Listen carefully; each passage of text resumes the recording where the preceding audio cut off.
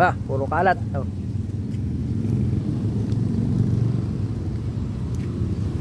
Puro kalat ah. Ginagawa yung basurahan to boy.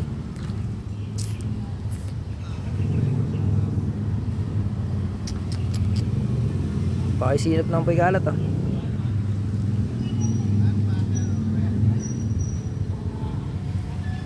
Ginagawa ang basurahan no. Libre na nga yung yun ang papangitin ha.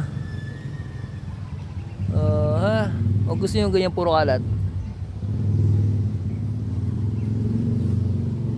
Kala ko malinis to. Narito pala sa ilalim ng kalat Tarak yan.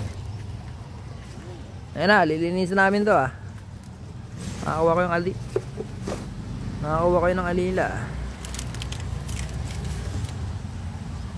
O yan, malinis na ba? Medyo malinis na. Wala ng kalat.